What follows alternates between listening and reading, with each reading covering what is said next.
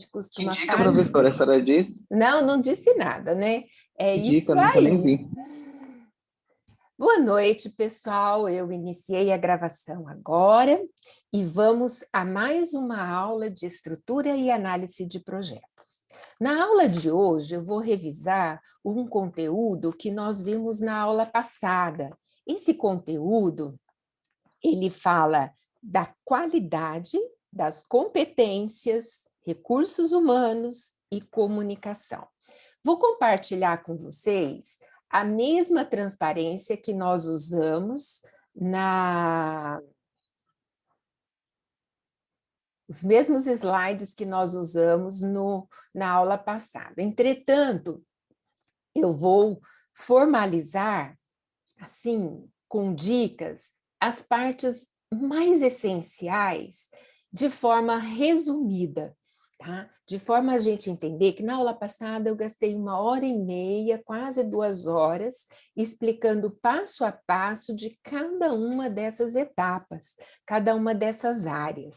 E agora eu quero que esse conceito volte um pouquinho para juntar com a nossa nova área, que é a área de gestão de riscos e aquisições, certo?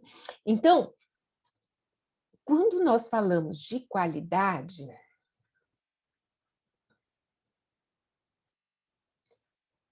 a qualidade tem que estar no centro e ela permeia a todas as nossas tarefas, tá? Ela permeia todas as outras áreas. Para isso, ela precisa ter alguns requisitos importantes, que são, né, a qualidade do pessoal da mão de obra, né? Ter gente capacitada em fazer e gente capacitada em conferir o resultado desse trabalho. Então, para o setor de recursos humanos, a parte principal é saber todas as tarefas que serão necessárias no projeto e desenvolver um plano de qualidade, né? Então, esse plano de qualidade inicia na forma de captação das pessoas, do recursos humanos, das pessoas que vão trabalhar nesse projeto e que vai responder com o melhor do seu produto, né? O melhor do seu trabalho. Então, gerenciar a qualidade, ele costuma ser assim: planejar, execução do trabalho e, na execução do trabalho, implantar essa terceira modalidade aqui, que é o controle. Que pelo controle que nós vamos identificar se existe falhas, se precisa ser refeito. Então, existem várias técnicas para a gente aplicar isso, e muitas delas são da administração. Aqui eu citei o PDCA, né, que é o planejamento, fazer, o controle, a inovação corretiva, né, mas nós podemos usar outros tipos de ferramenta. Tá? Demos exemplos aqui de situações, problemas, mas não é isso que eu vou chamar a atenção agora. O importante é que, para cada problema que a gente tenha, existe uma técnica que pode identificar a raiz do problema para que você possa tomar uma ação corretiva. E aqui está essas 7 ferramentas que foi comentada. Tá? Então, na questão de gerenciar as competências, que é o primeiro requisito da qualidade, você ter um pessoal capacitado, você inicia, tá, identificando o que é competência, né? O que é conhecimento, o que é comportamento. Então, quando você tira o suprassumo vamos dizer assim, a essência da pessoa, que abarca todo o seu conhecimento, toda a sua vontade, misturada com a capacidade de fazer, você tem aqui um eixo que é comum nas 3 funções. Isso aqui é a competência dela na execução das suas tarefas. Tá? Então, o conhecimento, a habilidade, o comportamento é a forma com que ela se relaciona, se porta, né? As aptidões que ela tem, e a vontade é aquilo que é intrínseco à pessoa. É a disposição de se colocar no lugar do outro, de fazer mais do que a sua obrigação, que chama-se também de atitude, tá? Então, aqui, nós falamos muito desses detalhes, né? E todo conhecimento, para ele ganhar corpo mesmo e prática, você precisa cultivá-lo. Não adianta nada você fazer um curso e esse curso, vamos supor, de e-commerce, e você não começar a vender nenhum produto na internet, porque daí esse conhecimento ele vai ser deteriorado. Essa é a forma, né? Mas porque ele vai ficar ultrapassado, vai ter coisa nova. Você não pratica, você não exercita, então você passa a não existir a habilidade, né? Então, essa habilidade necessita de uma atitude, e a atitude é de começar com pouco para chegar no muito, tá? Então, aqui nós elencamos as competências que são importantes para os gestores de projeto. E vemos que a proatividade, o bom senso, a liderança, a forma de comunicar, né? O conhecimento em resolver conflitos, isso tudo faz um bom gestor de projetos, porque em cada projeto é muito fácil você colocar no papel. Na execução dele é que é o complexo, é aonde surgem os conflitos entre as pessoas, ou por falta de comunicação, o excesso delas, que fofoca também estraga muita coisa, né? Então, aí a má interpretação das informações gera N problemas, né? Então, você vê que a comunicação é outro fator muitíssimo importante para resolver, vamos dizer, para deixar claro e para estabelecer vamos dizer, uma ponte de comunicação entre as pessoas que fazem o projeto, que elaboram, quem está gerindo e também os stakeholders. Tá? Na área de gestão de RH, a primeira coisa que a gente precisa definir para não ter conflito é essa matriz RACI. Essa matriz RACI vai fazer com que você atribua a cada pessoa que for contratada toda a responsabilidade, que ela saiba quem são os superiores dela, quem vai conferir o trabalho dela e para quem ela deve reportar as informações do seu trabalho.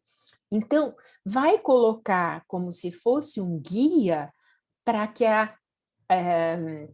o funcionário se localize com a sua posição dentro da estrutura do projeto. Tá? Então, gerenciar recursos humanos, você precisa planejar, mobilizar a equipe, né? Desenvolver a equipe, que é buscar treinamento e capacitação para aqueles que ainda não têm para exercer a função determinada. E tirar as maçãs podres do meio da cesta, né? Aqueles que não se adaptam à cultura do projeto, à cultura da obra ou do desempenho, então eles devem ser excluídos do trabalho, tá? Então, por exemplo, alguém que não responde seus e-mails, né, que demora muito para dar um feedback, aquele lá já está arriscado, porque no manual de instrução que ele recebeu na entrada dele para a empresa, já vai dizer, olha, você tem que se reportar a quem, você tem tantos minutos para responder Zap e tantas horas para responder e-mail. Se você não tiver mantendo as suas informações no ar, né? Ou seja, no radar da empresa, aí você não tem razão de estar ali executando a sua função, tá? Tivemos outras problematização, né, de recursos humanos, mas existe alguns gráficos que situam o pessoal em suas funções. Dentre eles, aqui de forma hierárquica, quem é o diretor, quem é o seu supervisor, né? E quem é o líder de cada caixinha, né? Com uma outra forma, essa forma matricial de departamentalização, você consegue identificar também a sua matriz de responsabilidade, tá? Então, existe o processo, existe um plano e nós precisamos fazer com que essas coisas fiquem visíveis para quem vai estar na obra, certo? Dessa forma, a gente consegue um nível melhor de integração, que é a parte mais importante, que é a integração e facilidade de comunicar, de pedir ajuda, né? De ver a sequência de quem está te observando, quem não está, né? E está executando a comunicação. Dentro do RH, quero lembrar ainda que deve haver situações provocadas pela gestão, né, para fazer essa integração. Por exemplo, um café da manhã para a gente mostrar como está o andamento do projeto. Há uma reunião e nessa reunião vamos parabenizar aquele que foi o operário padrão dessa obra, aquele que fez tudo certo, que não teve falhas, que não teve nenhum erro. Ou então a parte de recompensa, né? Se você atingiu o teu objetivo de obra em menos tempo do que estava previsto, então você merece uma recompensa. De repente é um salário extra, de repente é uma viagem, né? Ou uma passagem aérea e assim por diante. Tá? Então, dentro do recursos humanos, é muito importante nós percebermos que o recrutamento é importante, mas o treinamento faz a diferença, né? Você colocar ele na sua hierarquia, na posição correta, né? E também estabelecer padrões de recompensa, que vai trazer para o funcionário um reconhecimento, uma satisfação, e aí vem aquela parte, a vontade de fazer melhor, né? A vontade de estabelecer e conquistar as metas, e assim por diante, tá? Então, aqui nós falamos da qualidade, né, da competência aplicada a projetos, da gestão dos recursos humanos, e agora nós vamos falar da comunicação. Na comunicação, ele é um princípio básico, e se você já se encaixou no seu posto hierárquico, agora é só executar aquilo que está pré-estabelecido, de comunicar com seu superior ou com seus subalternos, né? Então, como que primeiro a gerência do projeto ela deve identificar de que forma ela vai estabelecer a comunicação com as partes interessadas, vão planejar se essa comunicação vai ser por meio de reuniões ou apenas de atas informativas de outras reuniões, né? E de que forma vai ser padronizada as comunicações e assim gerenciar todo o andamento da obra junto com o interessado, né? Junto com o dono do negócio, o patrocinador, né? E ainda reportar os desempenhos. Então, aqui está um modelo de cartão de metas para comunicação. Reunião sempre com ata, né? E a reunião inicial vai ser assim, assim, assado. A reunião de equipe acontece semanalmente. A reunião de técnicos vai acontecer quando for necessário. Deve ter um líder, deve haver uma ata, e ela deve ser feita face a face, ou na modalidade online síncrono, né? A reunião mensal é a reunião que faz a conferência, né, do andamento do projeto, e ele tem um relatório de status. Esse relatório de status é para dizer quanto andou, quanto caminhou a obra. E, por fim, esse relatório de status ele é feito de forma mensal, enviado para o patrocinador. Tá? Então, aqui estão as formas de estabelecimento de como vai ser a comunicação do andamento. Tá? Aí vem qual a informação é importante e para quem. Para cada um dos nossos usuários, existem grupos, né? Eles formam grupos de interesse. E se vocês prestarem atenção, olha, interesse está na linha aqui de baixo, imagine um gráfico de matemática, onde aqui é o X, né, o interesse, e o poder é o Y. Então, se você pegar do ponto zero aqui, que é o baixo, e for até o ponto alto, nós vamos ter o seguinte, olha, alto interesse e alto poder, quem tem poder de mudar as coisas?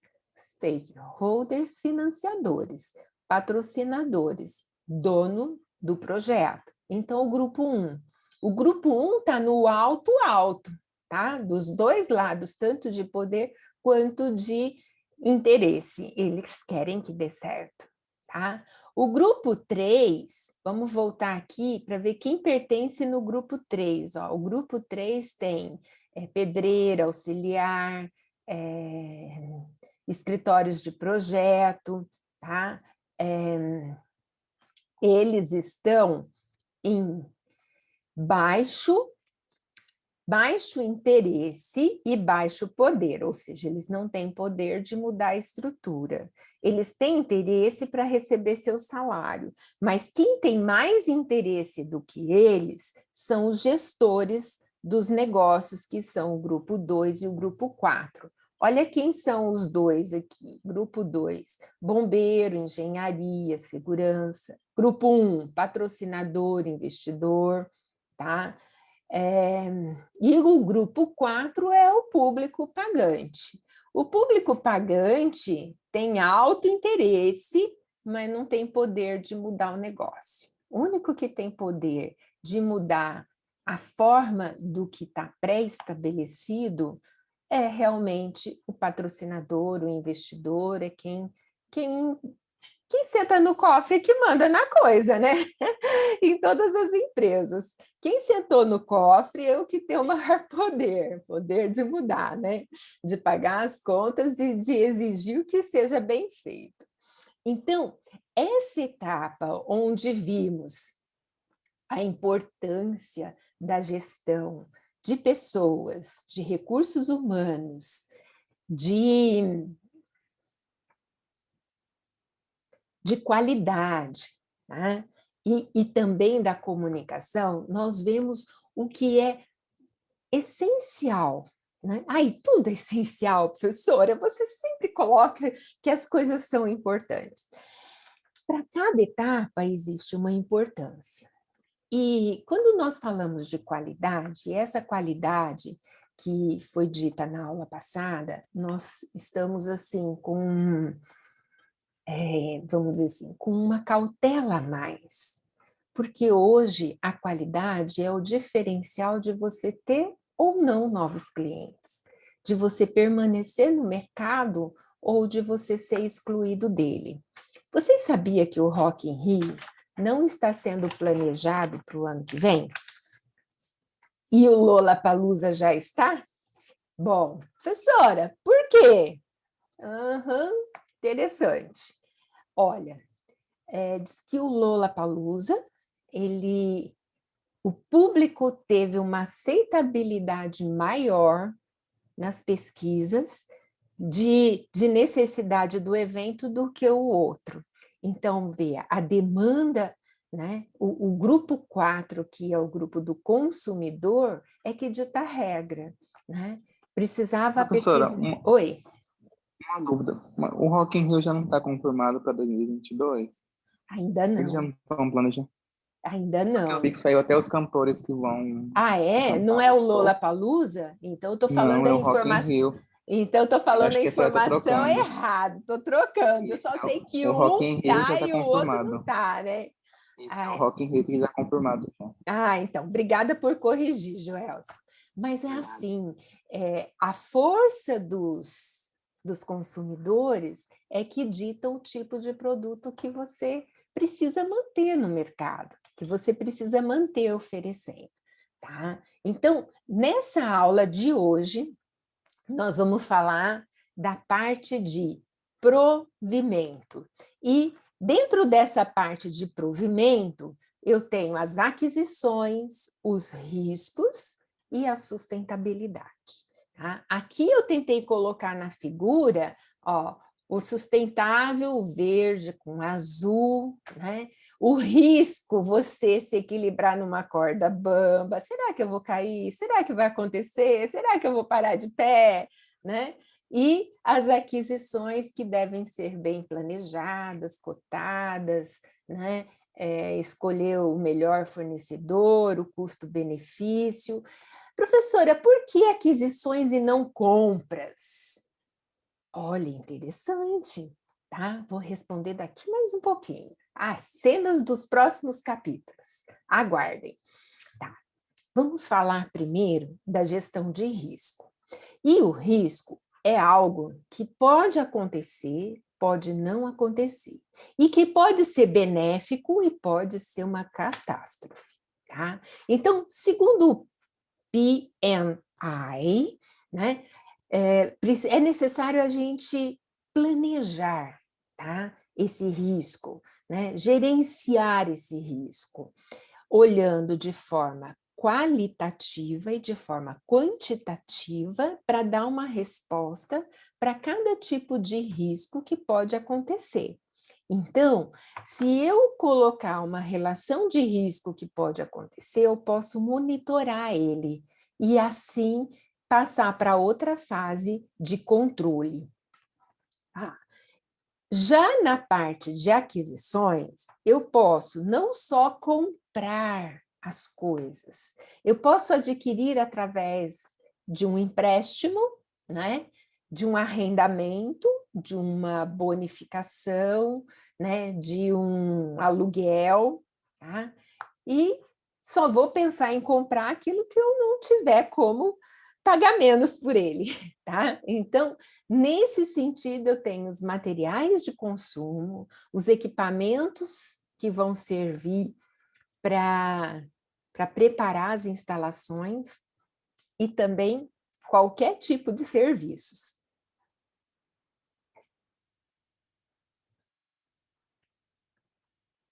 As aquisições têm especificações técnicas, nível de desempenho, qualidade, prazos e custos. E falando de sustentabilidade, nós vamos fazer um projeto que tenha um casamento perfeito entre a sociedade, a economia e a ecoeficiência. Todos os planejamentos, de agora para frente, projetos, empresas, né, até extração de minério, precisam da licença ambiental. E nessa licença ambiental cai na lei de sustentabilidade, cai na lei que vai monitorar se o evento vai trazer benefícios ou vai degradar o ambiente ali, né, escolhido. Então, nós temos sempre que perceber que em cada serviço, em cada tarefa, o que a gente pode fazer para contribuir para isso, tá? E depois, por fim, nós vamos falar de portfólio, tá? Como que ele é organizado.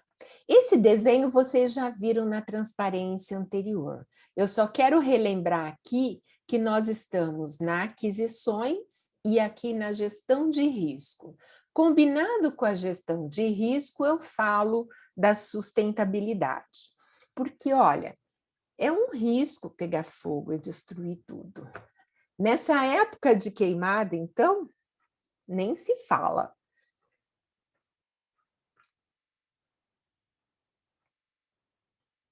Desculpem, pessoal.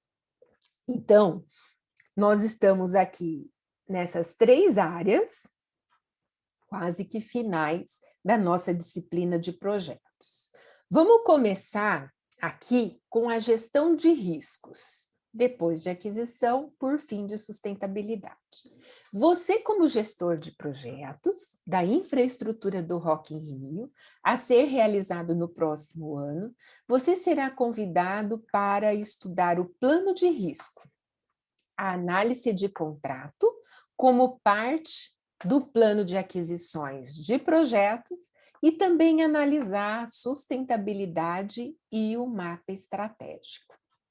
Então, você possui o escopo e o plano de qualidade já feito no período anterior. Lembra que nós descrevemos, né? Elencamos as tarefas, como que a gente vai auditar cada uma delas para que tenha qualidade. Então, com base nesse material que vem do escopo olha a importância do escopo do projeto, né? Ele permeia e permite que a gente faça as considerações futuras sobre ele, né? Então, você vai fazer um plano de risco. Como é que funciona isso? Tá? Planejar o gerenciamento de risco é identificar os riscos, realizar uma análise quantitativa deles, né? Planejar a resposta a cada risco, monitorar e controlar o risco. A palavra risco, né, vem da italiano riscare, que significa ousar, e do latim riscus, risco, no sentido de risco, incerteza. O risco é um evento na condição incerta, a qual, se ocorrer, pode ter um efeito ou tem um efeito positivo ou negativo no projeto. O risco interno são aqueles ligados ao processo do desenvolvimento do empreendimento. E os riscos externos, né, são aqueles que encontra fora do controle do líder do projeto, mas que podem ser previstos, né, e também administrados. Exemplos de riscos externos são taxa de câmbio, inflação, impactos ambientais, legislação e assim por diante. Bom, a probabilidade de ocorrer um risco, né, é a chance dele acontecer ao longo do projeto. Cara ou coroa, qual que é a possibilidade de cair a cara ou de cair a coroa se eu jogar uma moeda para cima?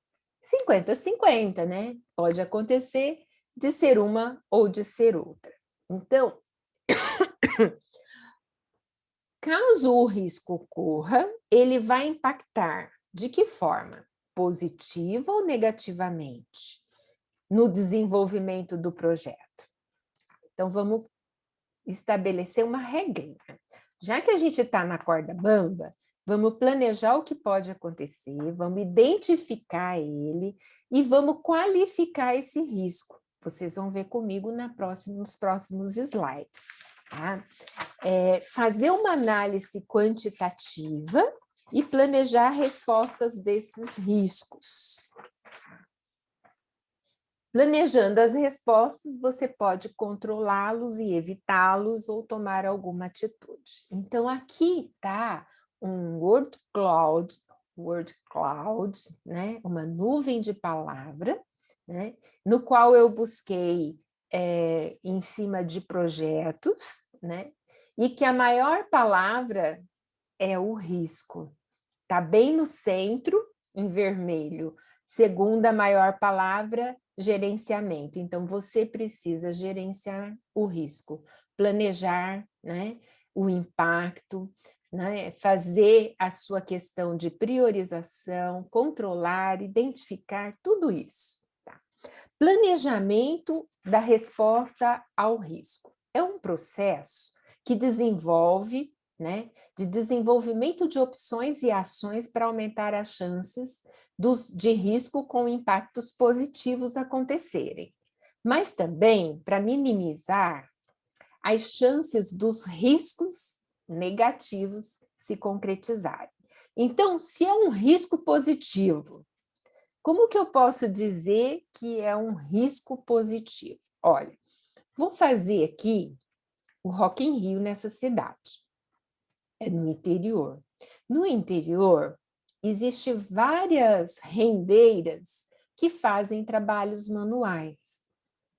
Então, se o rock vai atrair muitas pessoas, qual a possibilidade dessa associação das rendeiras de oferecer os seus produtos numa lojinha dentro do próprio Rock in Rio, numa daquelas lojas de coisas? Ou, se não conseguir uma loja lá dentro, então que ele reúna o impacto, né? E aproveite esse público para atrair para um local que elas possam expor o seu produto. Então, veja bem, o impacto é positivo. Por quê? Porque vai aumentar a renda ali na cidade. Tá? Agora, no impacto negativo, a roda gigante pode acontecer de travar, e se ela travar, o que eu vou fazer? Eu vou tentar minimizar o risco dela travar. Então, eu vou fazer uma boa manutenção preventiva, né? E vou colocar bombeiros e câmera para que eu possa observar se ela tiver algum movimento estranho que possa levar a um travamento, né? Então, é mais ou menos assim que a gente trabalha. Vamos lá. Risco positivo, risco negativo. No risco positivo, as ações que nós podemos tomar para com eles é o seguinte: modificação dos planos do projeto para fazer com que o evento certamente aconteça. Então, as rendeiras podem vender lá dentro do nosso evento, de repente, alugar um espaço, uma lojinha e fazer. Bom, se eu não posso ganhar sozinha esse risco positivo, então eu vou repartir com um terceiro. Então, aí vem o compartilhamento. Eu vou dividir esse risco, ceder uma parte desses benefícios do risco a uma pessoa que possa oportunamente explorar melhor ele. Tá? Então, não preciso querer tudo para mim. Eu posso fazer uma sessão, né? Um aluguel, né? Vamos compartilhar os seus lucros aí, o que for. Se eu vou atrair muita gente, então vamos repartir esse trabalho. Eu posso melhorar ainda esse risco, né? O trabalho para aumentar a probabilidade e o impacto desse risco. Então, se eu vejo que é uma coisa positiva e que eu posso melhorar ainda mais, então, por que não, né? E a aceitação. A aceitação não serão tomadas ações nenhuma. Vai acontecer? Ótimo, vou ficar quieto, né? Então, deseja que o risco aconteça, mas não vai mover nenhuma palha para que ele aumente, ou que você divida ele com alguém, ou que melhore esse risco. Agora, vamos passar para os riscos negativos. Os negativos, você tem que eliminar, né? Então, fazer alguma alteração, né? Tomar uma atitude para que ele não aconteça, né? Eliminar a ameaça. Ou então, eu posso transferir o impacto desse risco, ou seja, repassar os impactos negativos da ameaça para um terceiro. De que forma? Contratar um seguro.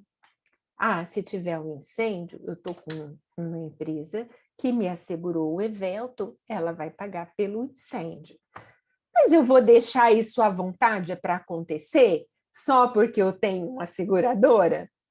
É claro que não, né? Então, vamos para outra ação, que é a mitigação do problema, ou seja, o trabalho para reduzir a probabilidade e o impacto do risco. Se for um incêndio, eu vou prevenir com mais extintores, eu vou não deixar a parte elétrica visível e exposta para algum tipo de risco, de problema, né? Então, eu vou tentar mitigar que aconteça o risco, mitigar, fazer a manutenção preventiva lá na roda gigante, né? Colocar mais bombeiros em pontos estratégicos, fazer plano de fuga para que as pessoas não ficam impossibilitadas de fugirem caso ocorra algum problema, né? Colocar seguranças para evitar brigas e também para vigiar o monitoramento das câmeras, né? E a última ação é a aceitação. Não serão tomadas ações, ou seja, geralmente acontece para riscos de baixa probabilidade ou baixo impacto para a empresa ou o projeto. Então, primeiro passo, para a gente organizar esses riscos, realizar uma análise qualitativa com base na probabilidade do risco. O segundo passo, identificar os valores desses riscos. O que ele pode acontecer? Para mais, para menos? Né? Que prejuízo ele pode me causar? Tá? E terceiro, calcular o impacto desse risco. E quarto, a ação de resposta ao risco. Então, vamos lá na formulazinha bem interessante, olha. Nós temos aqui o P para prioridade, o I para o impacto. O P vezes o I é um vezes o outro, prioridade com impacto. E aí nós calculamos a referência entre baixa, média e alta. Então, com prioridade, né, com esse, vamos dizer assim, a probabilidade e o impacto vai me dar se a prioridade é alta se for acima de 55, 0,55. A prioridade é média, que está entre 55 e 23, tá?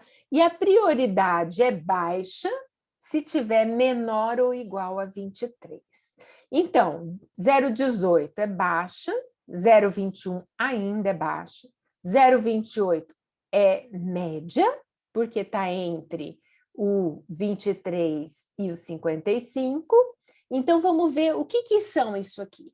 A montagem do palco não fica pronta. Olha aqui, tem probabilidade de acontecer, baixa, tem um alto impacto, né? Mas uma vezes a outra ainda fica baixa. A iluminação do parque falhar por motivos técnicos. Olha, já tem uma probabilidade um pouquinho maior e o impacto um pouquinho menor. Se a iluminação do parque falhar, a gente pode colocar iluminações alternativas. Vai ficar um pouquinho mais escuro, mas não precisa ser tão exagerado. Então, prioridade baixa. Bombeiro não aprovar o plano de segurança. Olha, se o bombeiro não aprovar plano de segurança, nós só vamos fazer tudo certinho, tá? Mas vai ter um alto impacto, sabe por quê? Porque não vai abrir o evento. Se o bombeiro não der o visto, a gente não pode abrir o evento para as pessoas. Só que, como tem uma probabilidade baixa, porque nós estamos seguindo tudo certinho, né? fazendo o plano de prevenção, colocando todo dentro das regras, né? Nós somos uma equipe perfeita. Nós priorizamos a qualidade, então vai ser uma grande chance disso não acontecer. Haver feridos ou pessoas passando mal. Isso sempre tem, bebida, briga, não sei o quê. E o impacto? Algumas pessoas, né? Mas ele, um vezes o outro, deu 0,28, já está na prioridade média. Acidente na roda gigante, assim, probabilidade 0,3, mas impacto alto. Então, média prioridade. Chama atenção para os itens de prioridade média, tá? De baixo, nem tanto. Aí, eu vou começar a colocar valor, tá? Na questão de probabilidade, se não ocorrer, eu vou ter um valor relacionado a isso, né, de R$ 2.400. A iluminação do parque, se ela falhar, né, eu vou ter um 0,3 de 6.500, eu vou ter uma baixa prioridade. Olha aqui, baixa é menor que 2.000, né? De 2.000 até 5.000 é média, e acima de 5.000 é alta. Então, o bombeiro de não aprovar o plano vai ser baixa. De haver feridos, continua média.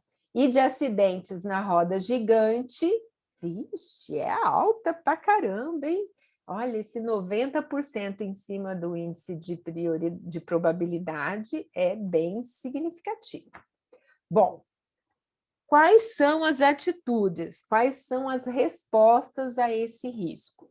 Ao risco 5, que tem um alto impacto, nós vamos colocar segurança para ajudar as pessoas a entrarem e saírem da roda gigante. E usar o cinto de segurança antes da roda gigante funcionar.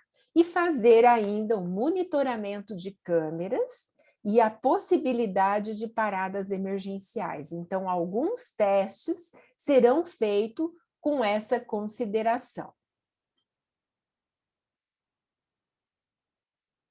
Cancela a roda gigante, eu gostei dessa. Mas é um pedido do patrocinador, o que eu posso fazer? Vai gastar um pouquinho, mas vai chamar muita atenção. Olha, o risco 1, que é de médio impacto, a probabilidade é baixa. Mas se isso acontecer, os aparelhos serão ligados no palco reserva, que conta apenas com base mais alta e iluminação, sem o efeito da concha acústica. Tá? Então, plano A, plano B. O quarto, o risco 4, também é de médio impacto. Pontos de monitoramento por câmeras, placas indicativas para o caminho da enfermaria e ambulâncias no locais à prontidão, ou seja, eles têm que estar pronto para, se a emergência acontecer, eles saírem imediatamente atrás. Então, aqui nós respondemos os riscos piores, tá? Pessoal, já tem 1 hora que eu estou falando, vamos passar mais um pouquinho adiante, tá? Que a gente vai falar agora das aquisições. Posso tocar, pessoal? Então, beleza. Olha, aquisições. Gostei. Pode ir sim, professora. Aquisições do projeto. Você, gerente do Rock in Rio, contratou um fornecedor. Na pressa de receber esse fornecedor, e esse fornecedor você fez um contrato com ele, sei lá o que ele tinha que te entregar, mas já já nós vamos ficar sabendo. O fornecedor contratado, que tinha uma pressa de receber uma bonificação estipulada no contrato, não fez tudo o que estava descrito na sua relação de tarefas e tudo o que precisava, Então, o que aconteceu? O piso de madeira não foi revestido, as cores da iluminação não estão conforme o plano do especialista em iluminação. E o centro do palco tem alguns probleminhas. Então, vamos ver o que foi que esse fornecedor aprontou aqui com a gente. Tá? Olha só. Você, como gerente, né, e esse fornecedor contratado, correu atrás da bonificação, só que não entregou conforme o que foi planejado. Tá? Então, o piso de madeira não foi revestido, as cores da iluminação não estão conforme o plano, tá? E o centro do palco tem problema. Para corrigir tudo isso, o fornecedor levará 15 dias e necessitará de mais materiais, elevando o custo do palco em 50 mil. Ele foi contratado para fazer o palco, iluminação, tal, e o piso de madeira, etc., não sei o que lá. Esse custo vai ficar para mim ou vai ficar para ele? O custo extra para corrigir os problemas apresentados será de responsabilidade da sua empresa, nossa, ou será do fornecedor terceirizado? Qual a justificativa e a base para cada decisão que você, como gerente de projeto, precisa tomar? Bom, primeiro, vamos ver o contrato. O contrato possui cláusulas de ressarcimento de custos e incentivos se tudo ocorrer perfeitamente, sendo do tipo que custo mais remuneração de incentivo, CMRI, ou seja, eu vou cobrir o custo, né, seu, dar o material e pagar a sua mão de obra. Se você entregar na data prevista, você vai ter um incentivo de remuneração de 80 mil. Tá? De acordo com essa situação apresentada, o fornecedor receberá o bônus de 80 mil. Aí, ele entregou, mas não entregou. Ele quis entregar o serviço para ganhar essa bonificação, mas, na verdade, ele deixou a desejar em alguns pontos. Então, vamos planejar as aquisições e aí conduzir essas aquisições. No momento em que eu falo condução, é que eu falo acompanhamento, se está de acordo com o contrato, se ele entregou o que estava descrito, né? Aí eu posso controlar e encerrar a aquisição no final da tarefa. Só que tem um detalhe. Faltou aqui, para esse fornecedor acrescentar essa confusão aqui no meu rol de trabalho, que não houve uma certificação de que ele realmente entregou o serviço corretamente. Né? Ele correu para fazer 10 dias antes do prazo, sei lá, entregou antes do prazo o palco, mas entregou o palco com defeito. O palco que não está com a iluminação da forma prescrita pelo técnico e também o piso de madeira, não foi colocado o piso de madeira, tal, não sei o que ele andou aprontando aí. Então, vamos lá. Primeiro, entender o problema, entender o contrato, o que está escrito nos mínimos detalhes, analisar o cenário, né, usando o contrato como pano de fundo, né, e ver o resultado final dessa análise. Então, vamos lá nessa análise? Bom, para entender o problema. O fornecedor entregou o produto fora da especificação. Isso é fato, tá? A correção vai trazer um atraso de 15 dias. Para quem já está com o prazo apertado, 15 dias. Upa, espero que não atrase a entrega do projeto em geral. A correção custará 50 mil. E o fornecedor quer receber a remuneração por incentivo de 80. Tá bem para dizer assim, olha, não vou pagar incentivo coisa nenhuma, né? Porque você entregou fora da especificação, né?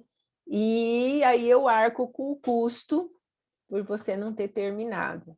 Vai ainda me entrar no meu bolso 50 mil, né?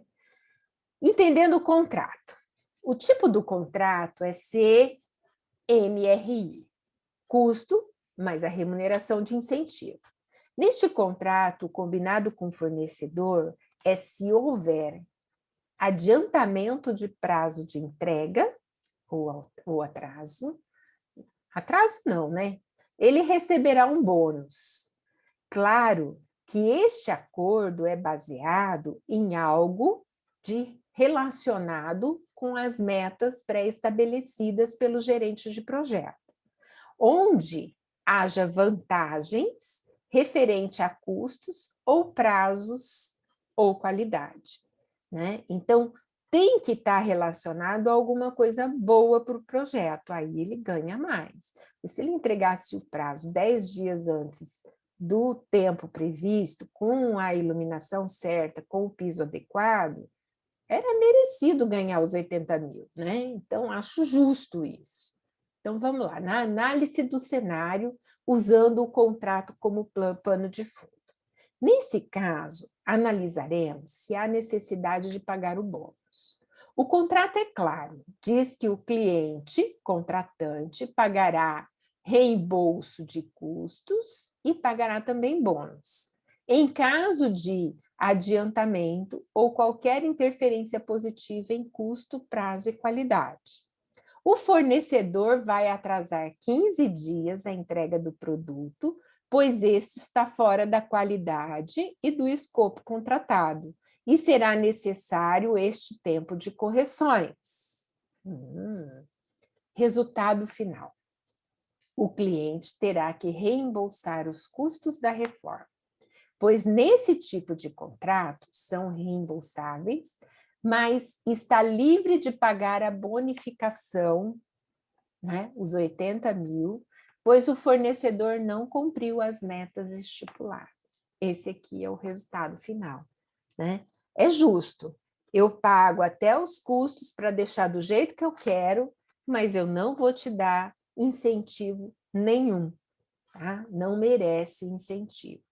Você já me deu prejuízo, moço? Você já me fez eu perder 15 dias de trabalho, mais 50 mil, né? Então, é isso aqui, aquisições, tá? Que pode ser feitas em razão, vamos dizer assim, as aquisições. Esse é um exemplo de contrato, né? Que você fez o acordo, mas você tem N aquisições. Contrato com a Lady Gaga, contrato com o MC não sei das quantas, contrato com o cara do som da luz, com o diretor de palco, contrato com o pedreiro, contrato com... Olha, tem N situações. Compra de matéria-prima, compra de cimento, compra de grama, compra de iluminação, parte elétrica, tal. Então, dentro da parte aquisições, existe N coisas a ser feita, tá? Então, vamos ficar por aqui e deixar o tema sustentabilidade para a nossa próxima aula, que será no dia 3. Próxima aula, última? Não. Ai, peraí, dia 9 vocês vão ter apresentação de monografia, né? Então, vamos ver, tá? Qualquer coisa, a semana que vem a gente combina novamente, vou replanejar.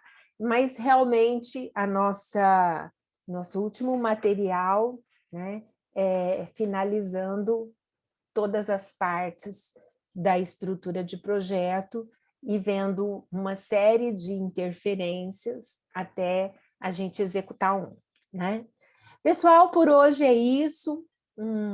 Bom trabalho para vocês, bom final de semana e vamos pensar nas nossas áreas, né, estudadas essa semana na gestão de risco e de aquisições.